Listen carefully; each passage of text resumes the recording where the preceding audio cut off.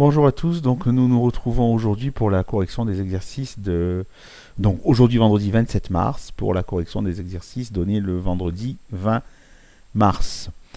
Donc nous allons commencer par l'exercice 8. Lors d'un match de rugby, 52 points ont été marqués par une équipe. Tous les essais ont été transformés. On appelle X le nombre d'essais transformés, 7 points pour un essai transformé, et Y le nombre de pénalités marquées, 3 points pour une pénalité.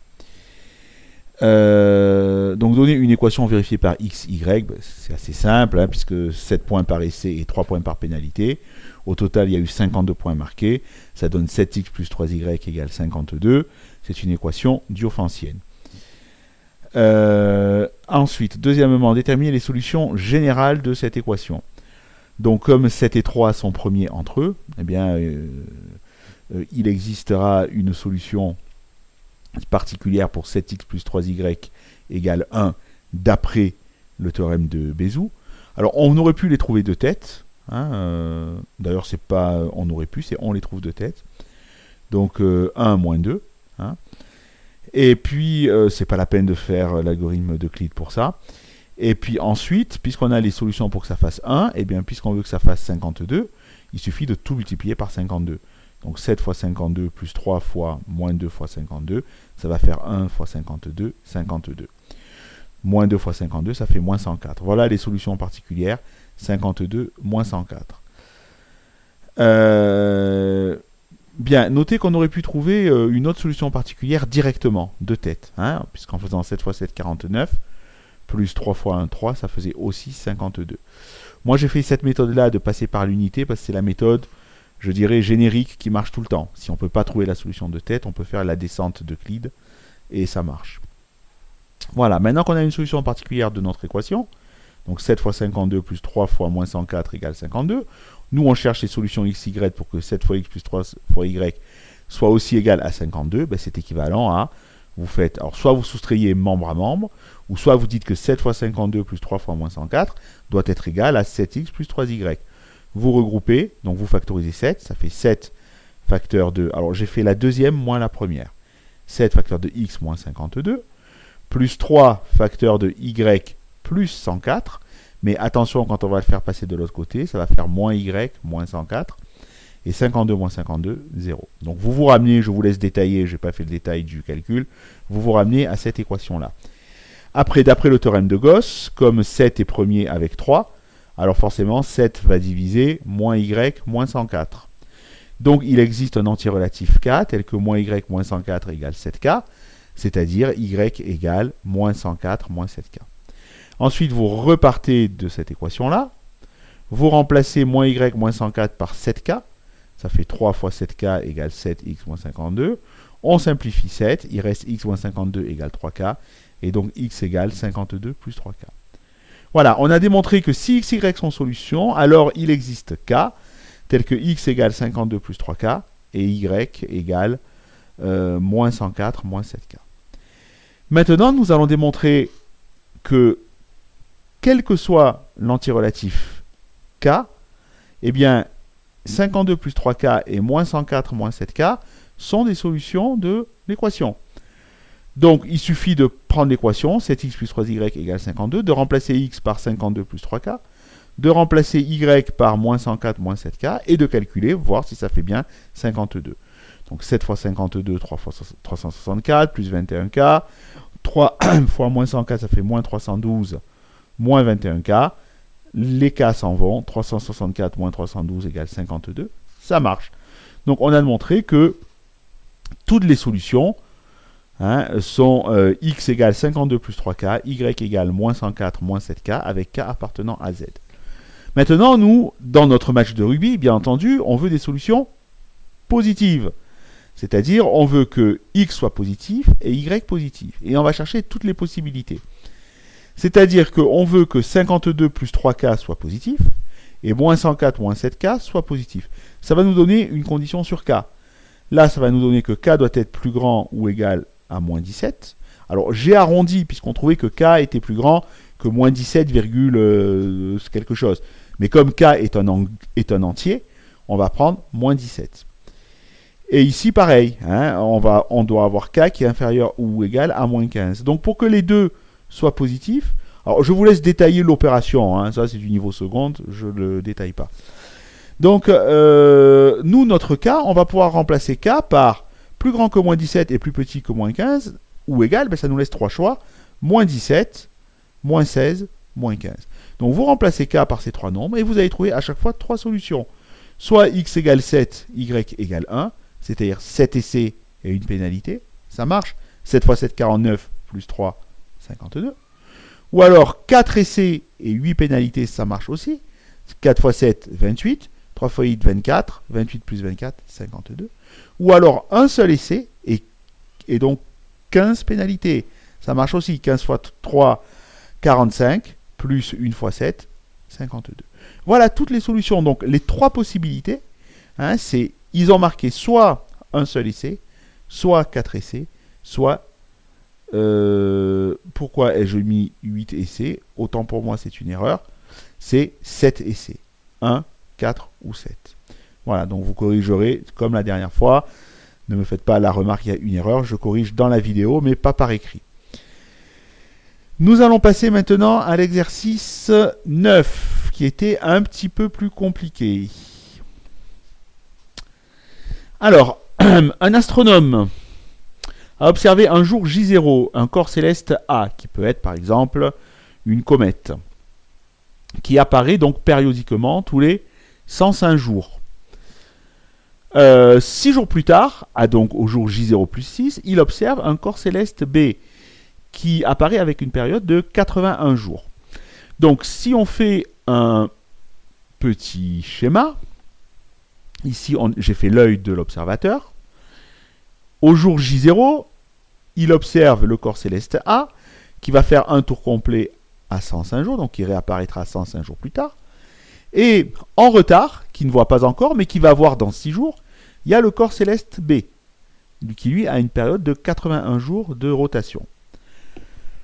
Donc le but de cet exercice est de déterminer le jour où les deux corps A et B vont être alignés. Alors, regardons. Si U représente le nombre de rotations du corps céleste A, le corps céleste A aura fait, puisqu'il est visible au jour J0, il aura fait U tours. Donc le nombre de jours écoulés, ce sera 105 fois U. Le corps céleste B, il aura fait V tours complet, mais puisqu'il va être aligné avec A, il aura fait V tours, donc 81 fois V, plus 6 jours. Voilà.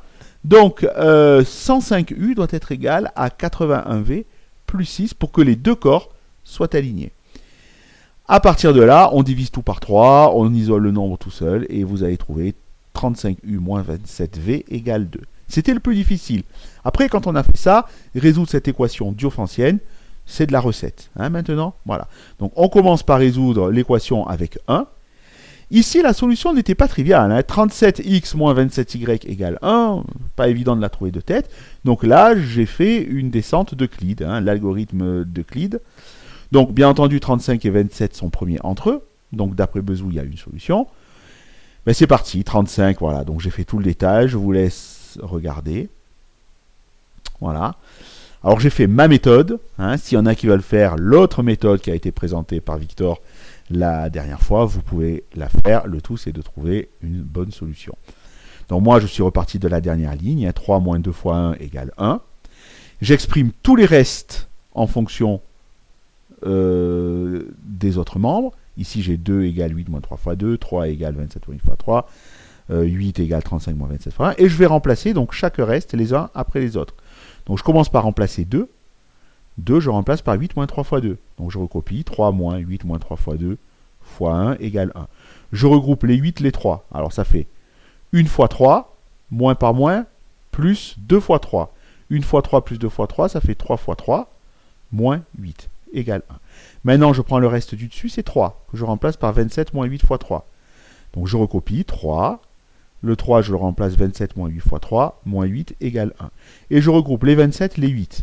Alors les 27, c'est simple, 3 fois 27. Et les 8, on va avoir 3 fois moins 3. Alors ça va faire moins 9 et moins 1 fois 8. Et moins 9 fois 8 moins 1 fois 8, ça fait moins 10 fois 8 égale 1. Maintenant, je prends le dernier reste, 8, que je remplace par 35 moins 27 fois 1. Donc 8, je recopie tout, et je remplace 8 par 35 moins 27. 27 fois 1, 27. Et pareil, on va regrouper les 35 et les 27, et on aura fini. Alors les 35, j'ai moins 10 fois 35. Et alors, les 27, combien de fois je les ai? Donc j'ai 3 fois 27, et moins 10 fois moins, ça fait plus 10 fois 27. 10 plus 3 fois 27, ça fait 13 fois 27. Comme l'équation c'était 35x moins 27y, on va transformer le plus en moins, et pour compenser, je remplace 13 par moins 13. Donc, les solutions, une solution particulière est moins 10 pour x et moins 13 pour y. Voilà, donc maintenant qu'on a une solution particulière avec 1, eh bien, deuxièmement, pour trouver une solution particulière de l'équation E1, c'est-à-dire la même avec 2, il suffit de multiplier tout par 2. C'est-à-dire moins 10, ça va devenir moins 20, moins 13, moins 26, et 1 fois 2, 2. Donc la solution particulière de mon équation E1, c'est moins 20, moins 26. Bien, alors maintenant, petit c, bien, on va mettre en œuvre la méthode de Gauss pour résoudre cette équation. Donc nous, on cherche xy pour que 35x moins 27y fasse 2. On a la solution particulière. Soit vous dites ça égale ça, et puis vous simplifiez, ou alors vous soustrayez membre à membre les deux, ça revient au même. En tout cas, vous le faites dans votre cahier, vous détaillez, vous devez trouver quelque chose comme 35 facteur de x plus 20 égale 27 facteur de y plus 26. C'est toujours pareil, donc je passe plus vite.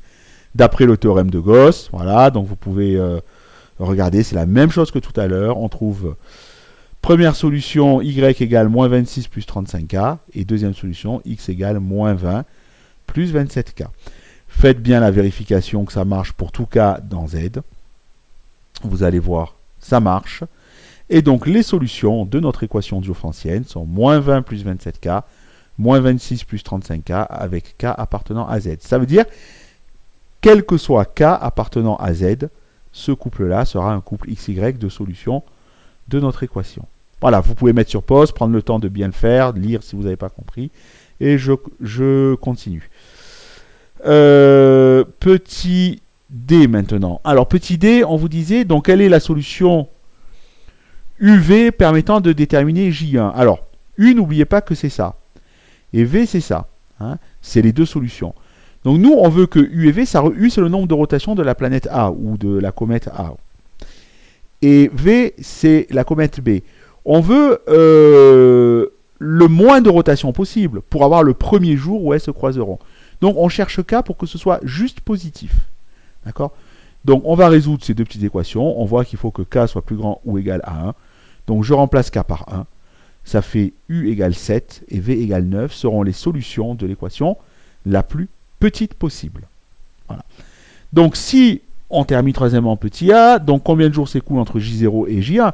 Ben, si la planète A fait 7 rotations, 7 fois 105 jours, ça veut dire que 735 jours plus tard, effectivement, la planète A sera ici. D'accord? Elle aura fait donc 7 rotations, 7 fois 105, ça représentera 735 jours. La planète B, je reviens. La planète B, elle aura fait 9 rotations. Donc 9 rotations fois 81 jours, ça fait 729 jours. Alors la planète B, au bout de 729 jours, du coup, plus 6 jours, elle sera ici aussi. D'accord? Ça fait bien 735 jours. Donc au bout de 735 jours, la planète A sera ici, et la planète B sera aussi ici. Les deux planètes seront alignées. Donc au bout de 735 jours, ces planètes seront en conjonction. Alors je dis planètes, on ne sait pas si c'est des planètes, des comètes, des astéroïdes, bon voilà. Elles seront en conjonction, c'est-à-dire elles vont être alignées. Voilà, donc c'est J1, je reviens, c'est 735 jours. Alors petit b, sachant que J0 c'était le mardi 7 décembre 1999, quelle est la date exacte du jour J1? Alors, ben ça, on l'a déjà fait hein, dans le chapitre sur la division, congruence. Donc, il faut partir d'une date et ajouter 735 jours. Alors, déjà, la bonne nouvelle, c'est que 735, c'est un multiple de 7. Donc, il se sera écoulé un nombre entier de semaines, et donc ce sera toujours un mardi. C'est sûr. Ensuite, n'oubliez pas que 2000 est bissextile. Donc, ça veut dire qu'il faut qu'on ajoute un an, ça fait 366 jours, jusqu'à 2000, ce sera donc le 7 décembre 2000. Et le 7 décembre 2001, j'ajoute 365 jours. Ça fera déjà 731 jours au 7 décembre 2001. Et pour arriver, donc moi, il faut que j'ai 735 jours. Donc j'ajoute 4 jours. Donc c'est 4 jours après le 7 décembre. Donc 7 plus 4, ça fait 11. Ce sera le mardi 11 décembre 2001. Vous pouvez vérifier sur un calendrier, ça marche. Que ces deux corps célestes seront en conjonction. Dernier élément, quand est-ce que sera la prochaine conjonction de ces deux comètes? Eh bien, on regarde pour k égale 2. Donc, ce sera au bout de 34 rotations du corps céleste A. Vous remplacez k par 2 dans les solutions et vous trouverez U égale 34. Donc, 34 fois 105, ça fait 3570 jours après J0. Et si je veux savoir après J1, on fait 3570 moins 735, puisque J1 c'est 735 jours. Ça fait 2835 jours après J1. Ça fait beaucoup, ça fait 7 ou 8 ans après J1. Donc il ne faut pas louper le passage de la conjonction de ces comètes. Voilà. Allez, maintenant je vous laisse faire les exercices du jour et n'hésitez pas à poser des questions si vous avez du mal. Surtout, si vous n'avez pas su faire ces exercices, passez le temps qu'il faut pour le refaire et surtout résoudre les équations diophantiennes. Voilà. Allez, bon courage. À bientôt.